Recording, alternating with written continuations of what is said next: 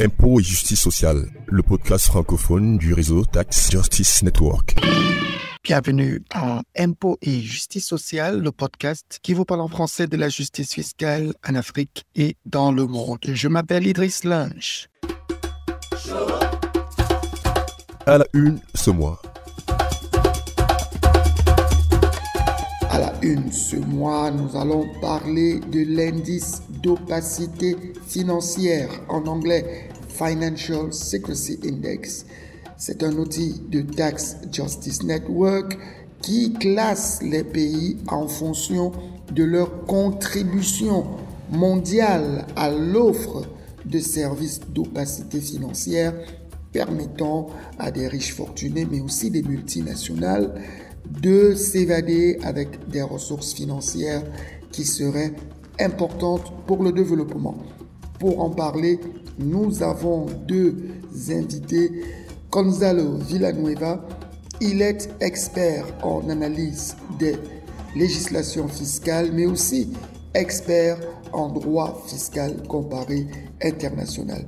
Le second invité, Sergio Chaparro Hernandez, il travaille chez Tax Justice Network comme responsable des politiques publiques fiscales internationales, mais aussi comme responsable du plaidoyer, notamment en lien avec le processus actuel d'une négociation au sein des Nations Unies pour une fiscalité mondiale beaucoup plus juste. Voilà pour la une, à tout de suite pour les détails.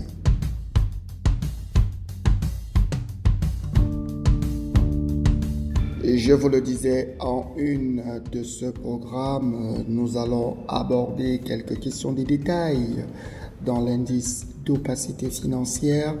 Souvenez-vous, c'est un indice qui classe des pays sur la base de 20 indicateurs, mais aussi du poids financier, du poids des services financiers internationaux qu'ils offrent en matière de risque d'opacité financière. L'opacité financière, on le sait, c'est toute situation où une personne peut transférer son argent d'une manière qui n'est perceptible par aucune administration, de sorte à ce que soit il utilise cet argent pour des financements illicites ou illégaux, ou alors que simplement elle permet à ce financement d'échapper à l'application du droit fiscal, à l'application du prélèvement de l'impôt.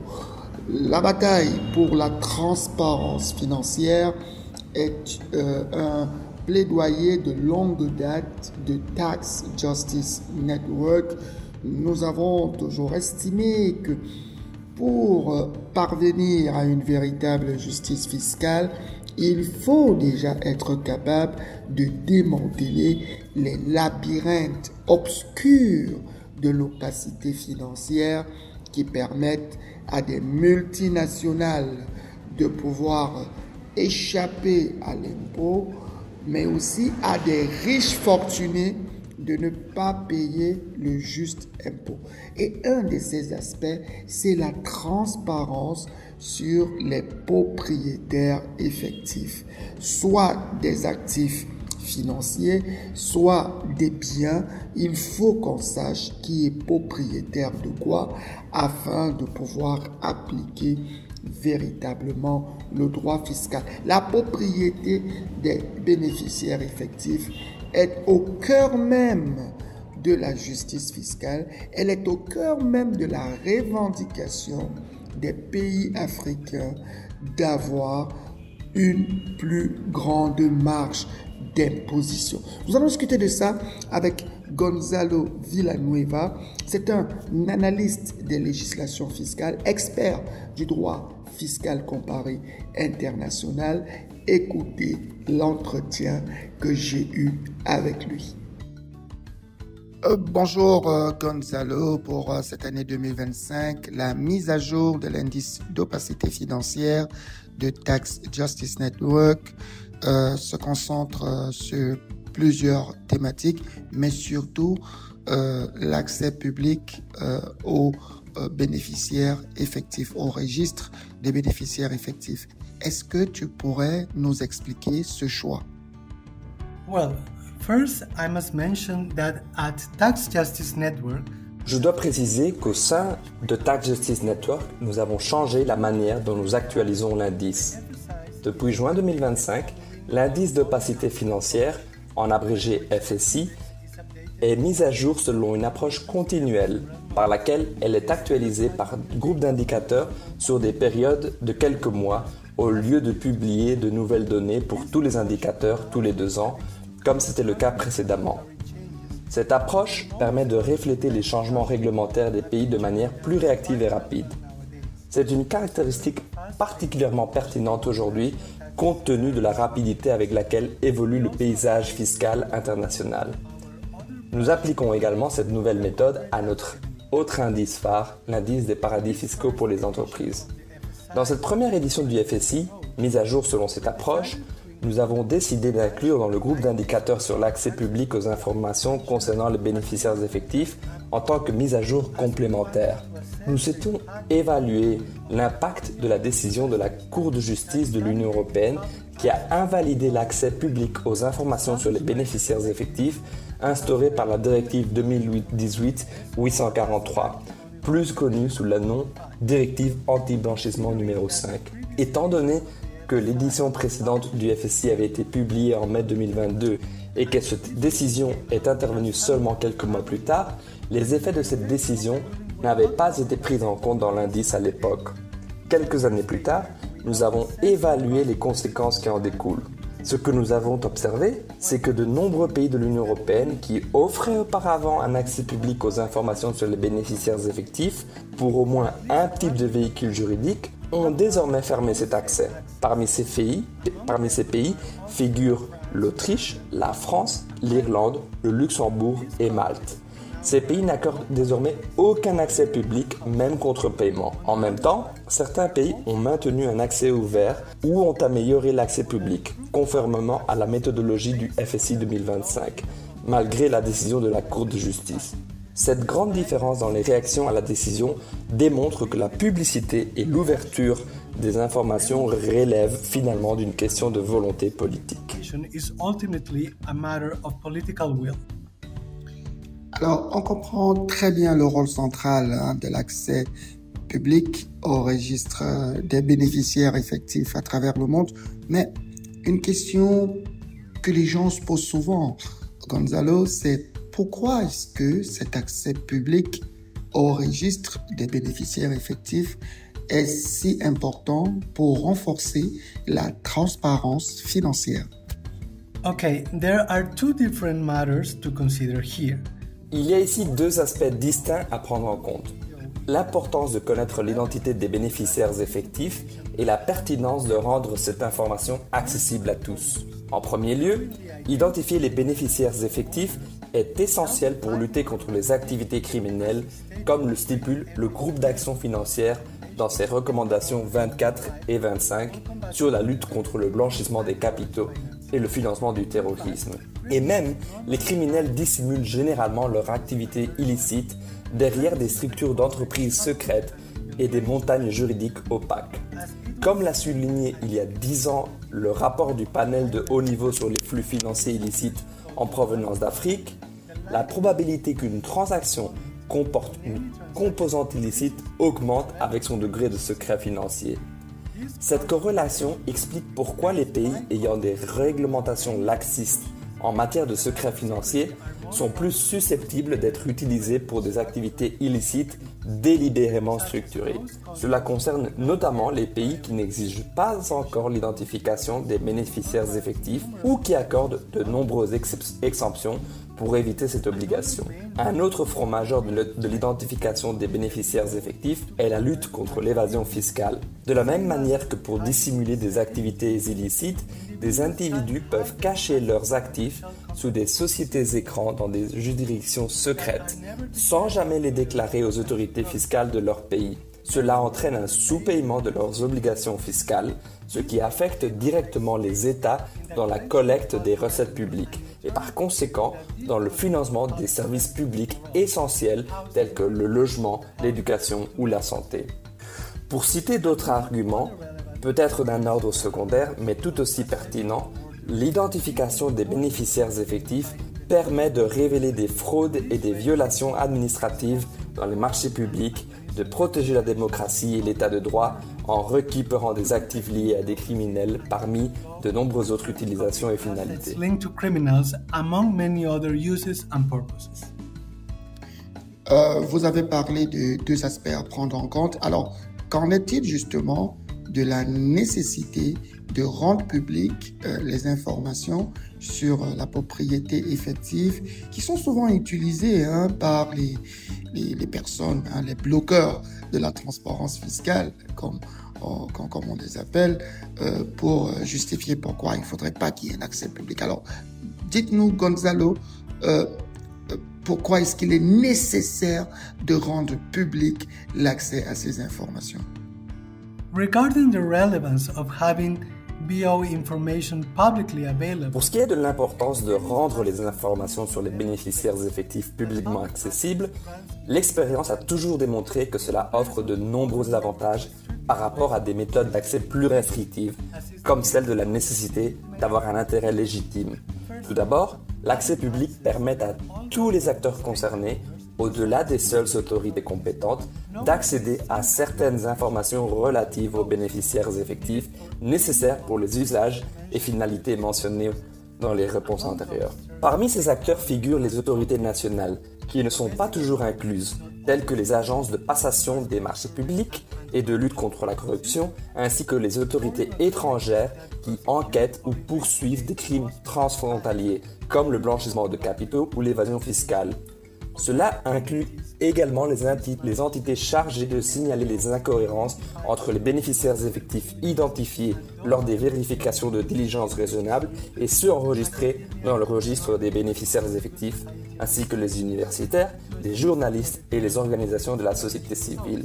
Ces acteurs contribuent à détecter les flux financiers illicites et les activités criminelles, à évaluer les limites des dispositions sur les bénéficiaires effectifs et à garantir des conditions de concurrence équitables pour les acteurs du marché, tout en évitant les asymétries d'information. Deuxièmement, l'accès public permet de gagner en indépendance vis-à-vis des actions des autorités.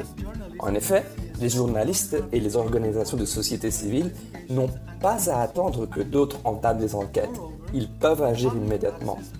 De plus, l'accès public permet de tenir les autorités responsables en cas d'inaction concernant les informations dont elles disposent, par exemple en l'absence de sanctions pour non-respect des obligations de déclaration des bénéficiaires effectifs. Troisièmement, les obstacles liés à l'absence d'accès public sont également bien documentés.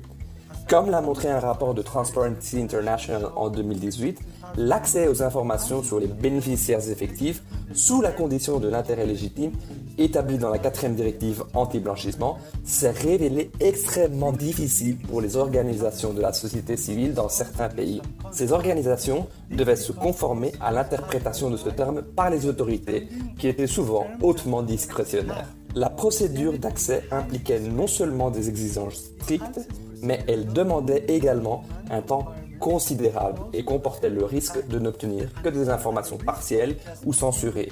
A l'inverse, l'accès public fait gagner du temps, réduit les efforts et élimine l'arbitraire. Enfin, il ne faut jamais oublier que de nombreux avantages découlent de l'utilisation d'un véhicule juridique, comme la responsabilité limitée des actionnaires, ce qui signifie que les propriétaires d'une entreprise ne sont pas personnellement responsables des obligations de l'entreprise au-delà de leurs investissements. En contrepartie, les citoyens devraient toujours avoir le droit de savoir avec qui ils interagissent lorsqu'ils effectuent une transaction, quelle qu'elle soit, avec un véhicule juridique. Each time they carry out a transaction of any kind with any legal vehicle.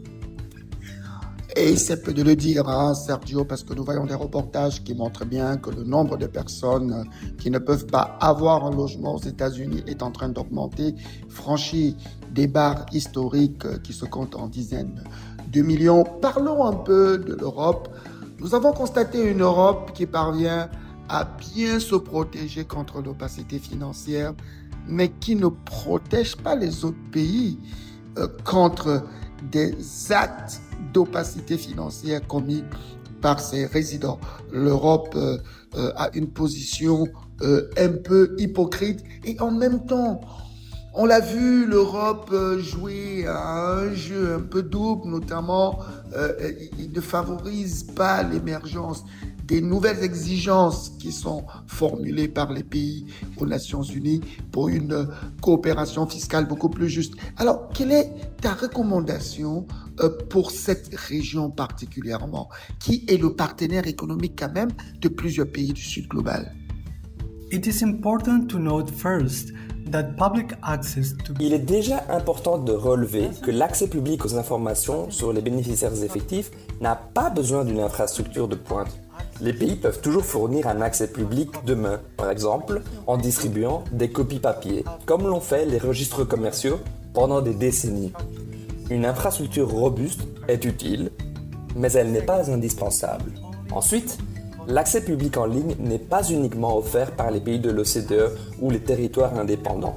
L'Équateur fournit déjà un accès public aux données sur les bénéficiaires effectifs, tout comme le Nigeria, même si quelques lacunes subsistent dans les dispositions de ce pays relativement aux bénéficiaires effectifs.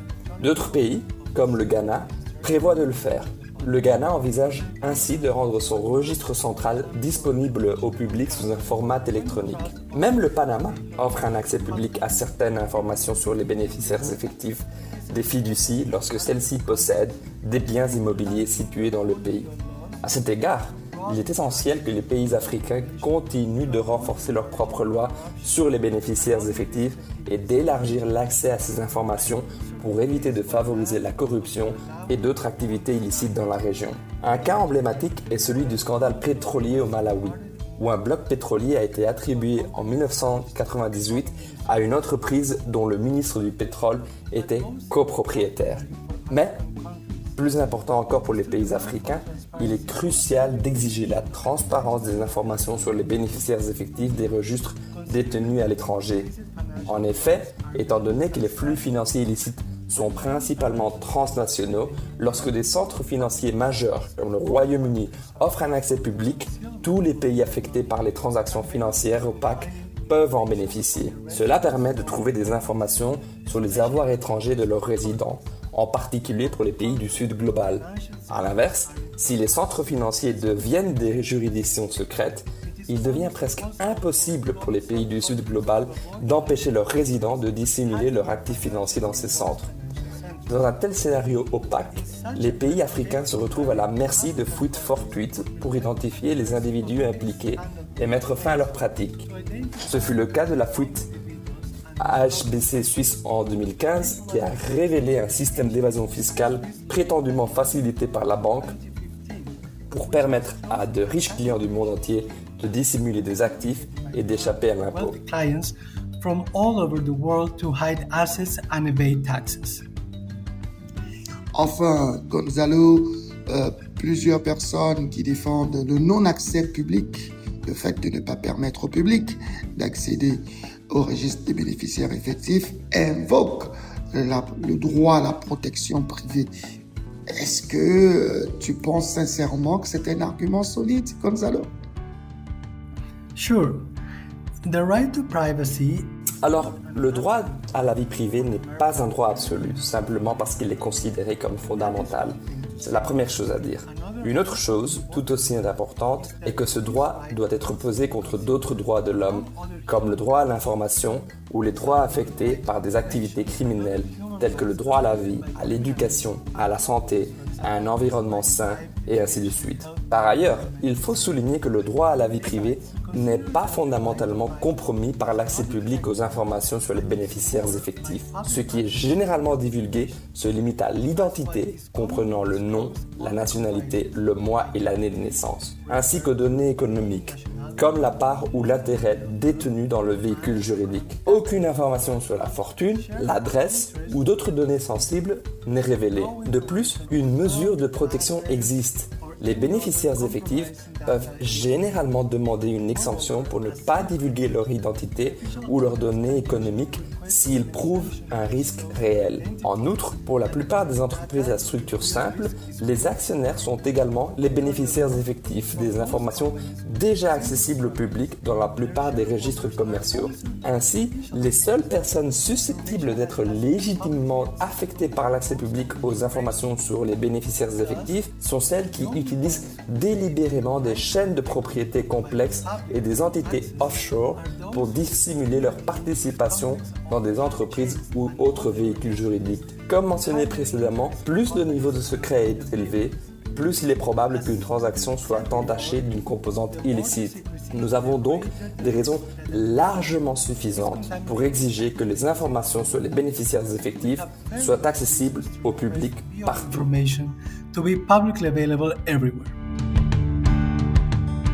On l'a vu, la transparence sur la propriété effective est un instrument important de la clarté sur les flux financiers.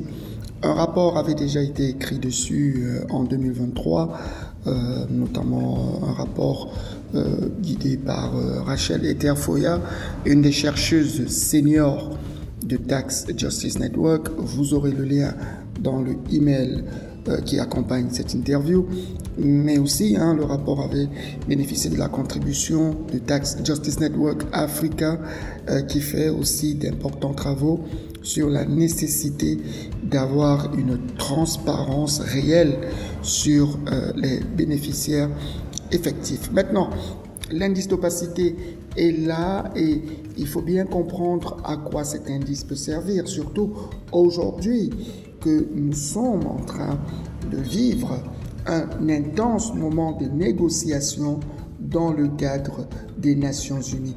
Souvenez-vous, porté par le groupe africain, le débat international sur la coopération fiscale a quitté l'OCDE et qui n'était déjà pas inclusif, ce débat n'était pas inclusif avec l'OCDE, pour se retourner vers les Nations Unies où nous espérons avoir un cadre de coopération fiscale beaucoup plus inclusif. Mais là aussi, il faudrait que la question de la transparence financière soit abordée parce qu'en réalité, personne ne fait de la publicité pour dire qu'il a fui avec ses capitaux pour éviter de payer l'impôt. Très souvent, c'est toujours des transactions très opaques qui sont utilisées. Avec Sergio Chaparro Hernandez, qui est responsable des questions de politique fiscale internationale, mais aussi du plaidoyer international chez Tax Justice Network, nous allons essayer de décrypter pourquoi est-ce que l'indice d'opacité financière est un outil important pour tous ceux qui iront bientôt en août commencer cette discussion.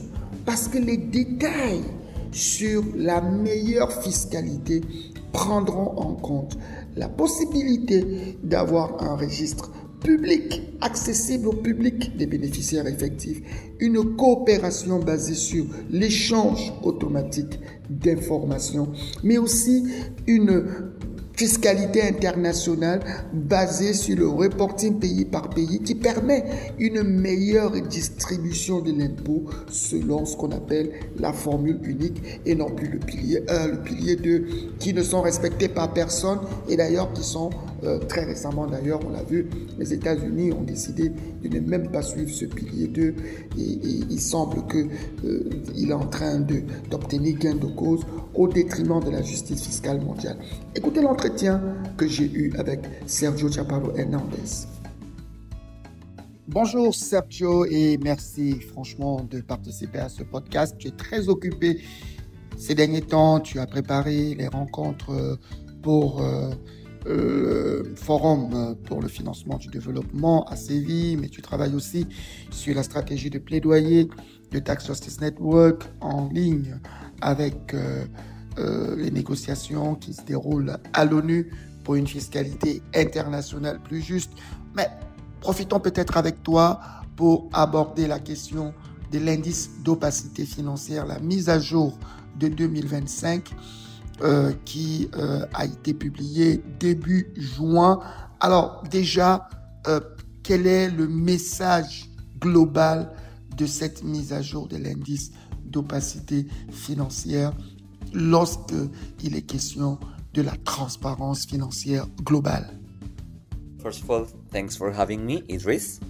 The core message from the tax Merci de m'accueillir, Idriss. Le message central de la mise à jour 2025 de l'indice d'opacité financière du Tax Justice Network est clair et percutant. L'opacité financière est de plus en plus corrélée à l'érosion démocratique. Les pays qui facilitent le plus l'opacité financière mondiale, avec en tête une fois encore les États-Unis, suivis par la Suisse, Singapour, Hong Kong et d'autres, tendent de plus en plus vers une gouvernance autocratique. 8 des 10 premières juridictions opaques ont connu un déclin démocratique entre 2018 et 2024. Tax Justice Network alerte sur le fait que l'opacité financière n'est pas seulement une question de manque de transparence, mais qu'elle est aussi profondément liée au recul démocratique. Des messages complémentaires soulignent que les grandes économies mondiales, et non les petits paradis fiscaux offshore, en sont les principaux acteurs. Les superpuissances mondiales sont complices de la dissimulation des richesses et facilitent l'évasion fiscale. Nous démontrons que l'opacité alimente la corruption, le blanchiment d'argent et les inégalités mondiales. Le passage à des mises à jour continues nous permet de refléter les changements réglementaires de manière plus dynamique. Cela fait de l'indice d'opacité financière un baromètre plus réactif et actuel de la gouvernance financière mondiale qui pousse les juridictions à agir plus rapidement. Alors, Sergio, de nombreuses personnes pourraient penser que l'indice d'opacité financière est juste un indice supplémentaire. C'est un indice comme tous les autres indices qui existent et qui permettent de classer les gens en fonction qu'ils soient bons ou pas bons. Alors, est-ce que tu peux rappeler, Sergio, pourquoi est-ce que l'indice d'opacité financière ou alors pourquoi la transparence financière est absolument importante pour parvenir à la justice fiscale? La transparence financière est essentielle pour la justice fiscale, car elle met en lumière les voies opaques qui permettent aux riches et aux puissants de dissimuler leur argent, d'échapper aux impôts et d'alimenter la corruption. Sans transparence, les inégalités s'aggravent, les services publics souffrent et la démocratie s'érode, car le fardeau fiscal passe des riches et puissants aux citoyens ordinaires. Lorsque nous savons où se trouve l'argent, nous pouvons nous assurer que chacun paye sa juste part. La transparence est la kryptonite de l'évasion fiscale et une caractéristique essentielle sur laquelle les juridictions doivent progresser si elles veulent prendre au sérieux les valeurs démocratiques et la justice. Alors, Sergio, tu l'as dit dans ta première réponse, les États-Unis occupent le premier rang de ce classement, pas parce qu'ils sont meilleurs, mais parce que justement, ils sont les pires contributeurs à l'opacité financière globale. Et récemment encore, les États-Unis n'ont pas rassuré avec des passages en force pour détruire le peu de construction qui se mettait en place en vue d'une justice fiscale. D'ailleurs, ils ont décidé de quitter les négociations pour la fiscalité internationale à l'ONU. Alors, est-ce que tu peux expliquer à nos auditeurs pourquoi cette position américaine est un problème, notamment pour les pays du sud global qui sont parfois considérés comme ayant peu de ressources financières? Les États-Unis sont devenus le plus grand facilitateur mondial de l'opacité financière en refusant de partager des informations sur la propriété et les comptes bancaires avec d'autres pays, en particulier les plus pauvres. Cette opacité permet aux élites de dissimuler la richesse, d'échapper aux impôts et d'alimenter la corruption. Étant donné le poids énorme des États-Unis dans l'offre de services financiers et la facilitation de l'opacité, combinée aux changements réglementaires, c'est pourquoi ils sont en tête de liste. Cela représente une menace pour la stabilité mondiale et un danger pour la démocratie, tant à l'étranger qu'au niveau national. Il est crucial de tenir les États-Unis responsables des politiques mises en œuvre au niveau national, car elles ont d'énormes répercussions sur d'autres juridictions, en particulier celles à faible revenu, les privant des ressources nécessaires pour investir dans la santé, l'éducation, etc. Au niveau national, les groupes marginalisés aux États-Unis sont les plus touchés par ces politiques, car ils sont privés des services publics qui pourraient être financés par les revenus générés si l'opacité financière était abordée. In case financial secrecy was fault-based. Et c'est peu de le dire, hein, Sergio, parce que nous voyons des reportages qui montrent bien que le nombre de personnes qui ne peuvent pas avoir un logement aux États-Unis est en train d'augmenter, franchit des barres historiques qui se comptent en dizaines de millions. Parlons un peu de l'Europe. Nous avons constaté une Europe qui parvient à bien se protéger contre l'opacité financière, mais qui ne protège pas les autres pays contre des actes d'opacité financière commis par ses résidents. L'Europe a une position un peu hypocrite et en même temps, on l'a vu, l'Europe jouer à un jeu un peu double, notamment il ne favorise pas l'émergence des nouvelles exigences qui sont formulées par les pays aux Nations Unies pour une coopération fiscale beaucoup plus juste. Alors, quelle est ta recommandation pour cette région particulièrement, qui est le partenaire économique quand même de plusieurs pays du Sud global? EU countries often preach tax justice but protect secrecy. Les pays de l'Union européenne prêchent souvent la justice fiscale, mais protègent l'opacité chez eux. Notre message est simple, montrez l'exemple. Soutenez la transparence mondiale et appuyez des règles onusiennes contraignantes qui empêchent les richesses d'être drainées des économies du Sud global. Ils peuvent le faire en améliorant la norme technique sur le reporting pays par pays, pour le rendre véritablement public, selon une norme renforcée comme celle de la Global Reporting Initiative. Permettre un accès public aux juridictions avec une désagrégation adéquate des endroits où les entreprises transfèrent leurs profits serait une amélioration majeure et signifierait montrer l'exemple. Ils peuvent mettre en œuvre d'autres réformes pour partager les informations financières nécessaires aux autorités fiscales mondiales afin d'identifier et de taxer les richesses plus efficacement. Ils peuvent également défendre des propositions progressistes lors des négociations fiscales de l'ONU. Jusqu'à présent, ils ont freiné les progrès sur des questions majeures et n'ont pas soutenu de manière décisive une convention fiscale onusienne ambitieuse. Ils ont une occasion en or de prouver qu'ils peuvent être de véritables champions de la justice fiscale à l'échelle mondiale. They can be real champions of tax justice globally. Tu l'as bien dit, Sergio. Et puis, il faut rappeler, le monde n'est pas resté silencieux. Le monde, notamment le mouvement global pour la justice fiscale, a toujours rappelé l'importance de pouvoir introduire un système fiscal mondial beaucoup plus juste. Et d'ailleurs, cette dynamique a conduit à ce que, je disais au début de ce programme, à des négociations pour un cadre de coopération fiscale au niveau des Nations Unies. Et Sergio, tu y prends part avec l'équipe de plaidoyer de Tax Justice Network. Mais une chose que peut-être je voudrais que tu dises avant de partir, comment est-ce que l'indice d'opacité financière peut être utilisé dans le cadre de ces négociations? Parce que c'est un indice quand même qui, au-delà du classement, contient un ensemble d'informations légales, d'un ensemble d'informations institutionnelles qui permettraient de renforcer les arguments des négociations des pays. Mais comment est-ce que l'outil peut être utilisé pour ceux qui veulent l'utiliser?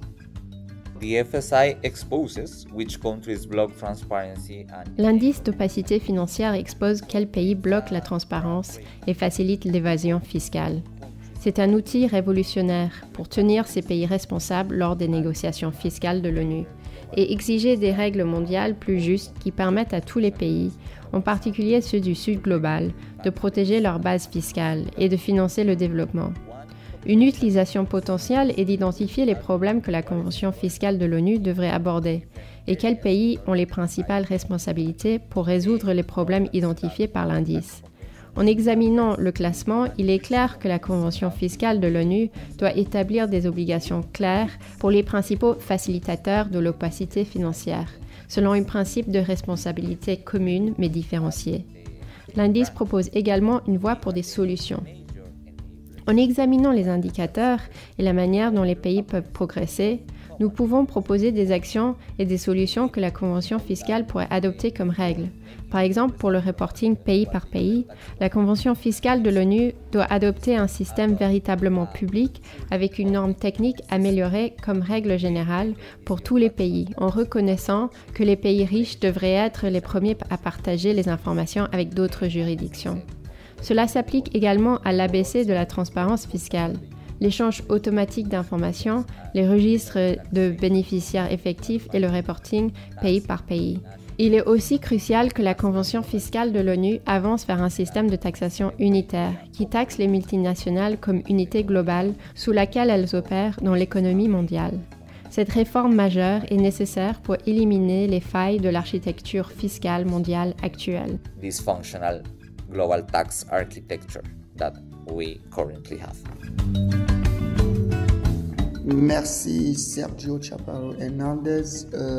Juste un petit rappel pour dire que les données de l'indice d'opacité financière sont librement accessibles sur le site de Tax Justice Network, en tout cas tant que c'est pour une utilisation non commerciale, pour tous les académiciens, les administrations fiscales, les chercheurs. L'indice d'opacité financière est un accès inégalé, et ce n'est pas de la publicité, c'est un accès inégalé à la réalité fiscale, de tout au moins à la réalité de la transparence fiscale dans 141 pays, dont 18 en Afrique. C'est une occasion pour vous d'aller consulter cet important outil afin de pouvoir mener des campagnes de plaidoyer qui sont documentées.